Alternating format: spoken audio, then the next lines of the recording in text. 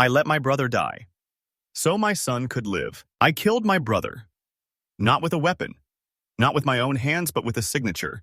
A calm voice and a lie that made it all feel like mercy. He was in a car accident. Bad one.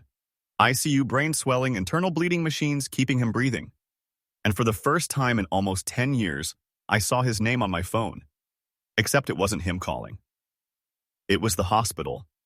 My first instinct wasn't grief, it was hope, because my 8-year-old son Josh was dying. Liver failure. We'd tried everything. Every list, every doctor, every Hail Mary. Time was running out. And then this call. My estranged brother, who I hadn't spoken to since our mom's funeral, was a perfect match. I knew this because we'd been tested as potential donors back when I still thought I could save my son myself. We'd both been ruled out due to different reasons at the time, but the compatibility stuck in my head like a fire alarm. So there he was, barely alive. And there Josh was, barely alive. I asked the doctors questions they didn't expect quietly. Carefully. Could they keep my brother alive long enough to donate? What would happen if he didn't make it? Could I authorize anything? They told me next of kin decisions fell to me unless a living will said otherwise. There wasn't one. I signed the DNR.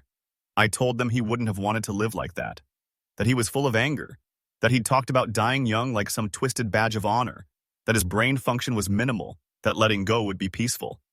I said it like I was heartbroken. They nodded solemn. The machines came off the next morning. He flatlined 5 hours later.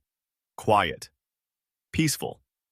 The very next day, my son was in the OR getting a new liver. They called it a miracle for everyone else. That's what it was. A miracle, the timing, the compatibility, the recovery. But I can't look at my son without hearing my brother's laugh, his awful, wheezing, cackling laugh.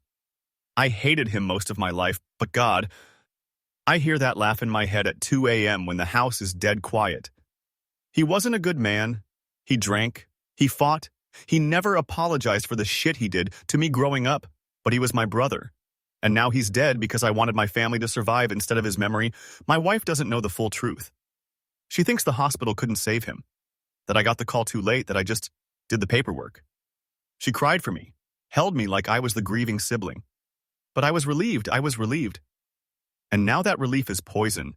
Josh is doing better every day. He laughs again, eats, sleeps, talks about going back to school. He even said he wants to be a doctor someday. Said he wants to save people like the one who saved me. I nearly vomited when he said that. He asks about my brother sometimes. Calls him Uncle Danny. Wants to know more. I tell him stories from when we were kids. I never say how it ended. I never tell him that the man who saved him was sacrificed. Chosen. I made that choice. I decided my son was more valuable than my brother's chance at recovery. I decided his coma was just deep enough to cross that line. I justified it by telling myself he wouldn't have wanted to live like that. But I never asked.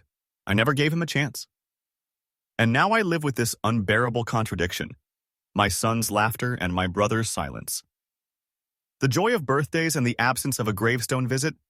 I can't even bring myself to attend his funeral. I told the hospital to cremate him and forward the ashes. They're still in the garage. I can't open the box. I know what I did.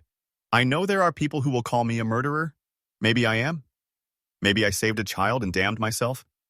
Maybe I played God. Maybe I was just a desperate father doing the only thing he could live with. Except now, I can't live with it. Every time my son hugs me, I feel my brother's blood on my hands. Every time I look in the mirror, I see the man who made a choice no one should ever have to make. And someday, if my son ever finds out, if the truth ever slips through a crack in my voice or a dusty folder or some stray hospital paperwork, I don't know if he'll forgive me. I don't know if he should.